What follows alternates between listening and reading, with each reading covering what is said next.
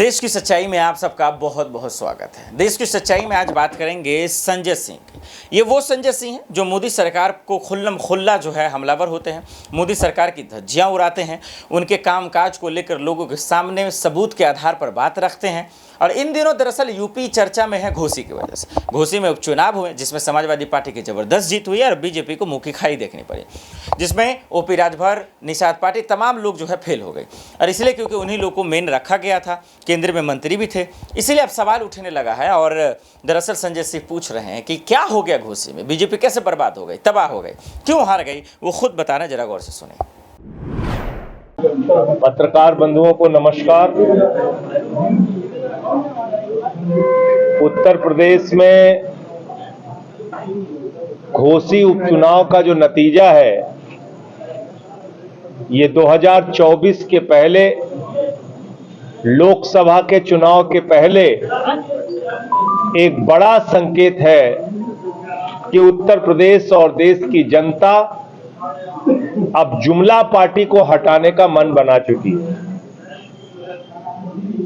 जिस तरह से देश को हर मोर्चे पर फेल करने का काम मोदी जी कर रहे हैं, उत्तर प्रदेश में मोदी योगी की डबल इंजन की सरकार कर रही है, इससे लोगों में निराशा है।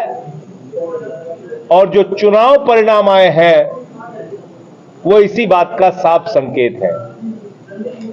पूरी की पूरी उत्तर प्रदेश की सत्ता, सारे मंत्री और विधायक, राजभर जी की पार्टी, निषाद जी की पार्टी, अपना दल, महान दल, सारी पार्टी मिलकर समाजवादी पार्टी के प्रत्याशी, इंडिया गठबंधन के प्रत्याशी के खिलाफ प्रचार कर रहे थे।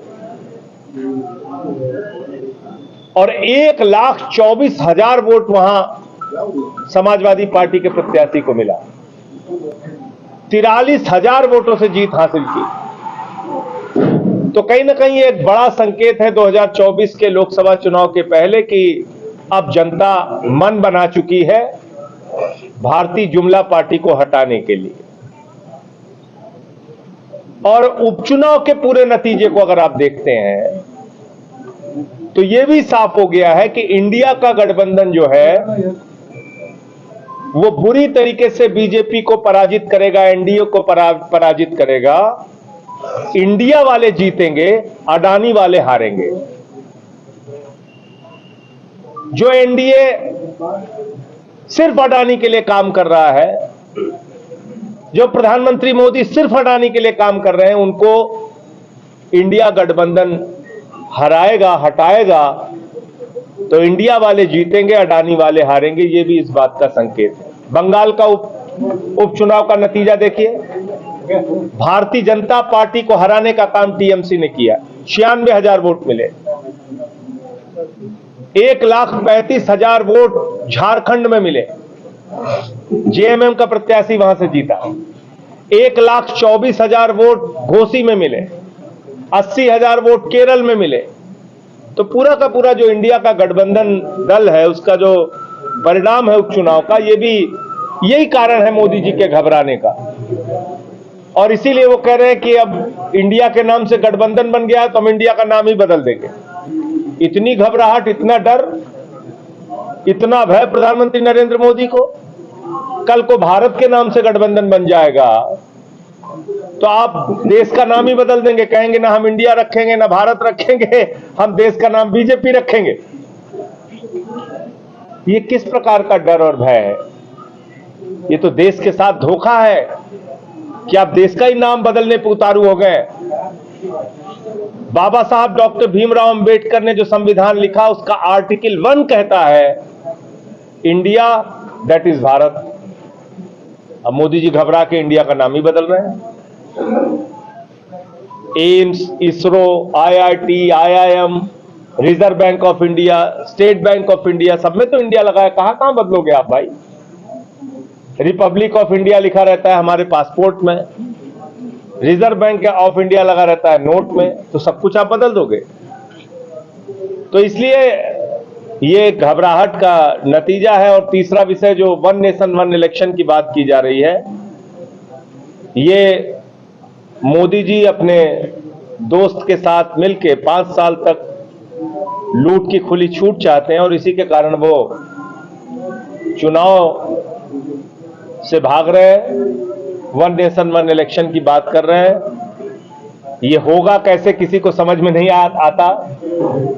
आप मान लीजिए एक बार सारे देश का चुनाव एक साथ करा दीजिए, फिर कोई सरकार बीच में गिर जाएगी तो क्या वहां दोबारा चुनाव ही नहीं होगा? क्या वहां राष्ट्रपति शासन लग जाएगा? देश का चुनाव हुआ, मान लीजिए लोकसभा का, लोकसभा की जो सरकार बनेगी चुनाव के बाद 5 साल का कार्यकाल वो नहीं पूरा कर पाती, 2 साल में सरकार गिर जाती, तो देश का चुनाव नहीं होगा। ये क्या करना चाह रहे हैं वन नेशन वन इलेक्शन के नाम पे मोदी जी समझ के बाहर है। तो इसलिए जो इस समय मुद्दे हैं देश के सामने वो बहुत महत्वपूर्ण है, महंगाई के, बेरोजगारी के, किसानों के, और उसके नाम पे जनता वोट देगी। आज मैं लखनऊ शिक्षक प्रकोष्ठ के सम्मेलन में आया हूं और हमारे पार्टी के लिए शिक्षा ही प्राथमिकता है, स्वास्थ्य प्राथमिकता है। हम इन्हीं मुद्दों पे काम करते हैं। अच्छे शिक्षक हों, अच्छी शिक्षा हो, बच्चे अच्छे ढंग से पढ़ लिख कर आगे निकलें, ये हमारी प्राथमिकता है। और इसी के लिए हमारी पार्टी अलग अलग राज्यों में जाके काम कर रही है।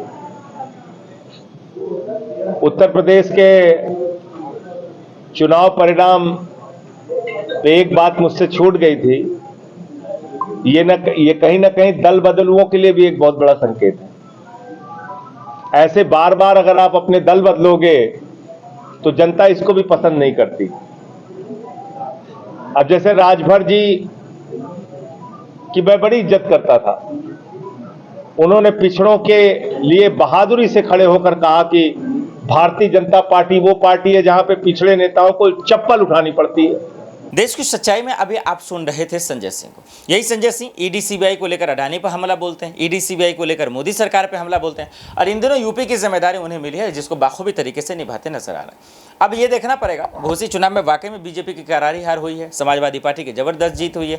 क्या इसी बहाने मायावती और आम आदमी पार्टी यानी बीएसपी क्या समाजवादी पार्टी से 2024 के चुनाव में कहीं गठबंधन तो नहीं कर लेंगे? ये सवाल इसलिए क्योंकि दर्शकों मायावती ने भी बीजेपी पे हमला बोला है। तो ऐसे में बहुत बड़ा सवाल है कि क्या इन लोगों का यूपी के 80 सीटों पर कोई बड़ा खेल तो नहीं कर देगा? बीजेपी को कहीं इनका ये घोसी हार कहीं भारी तो नहीं पड़ जाएगा? ये बड़ा सवाल है जो अब देखना पड़ेगा यूपी की जनता फैसला क्या करती है।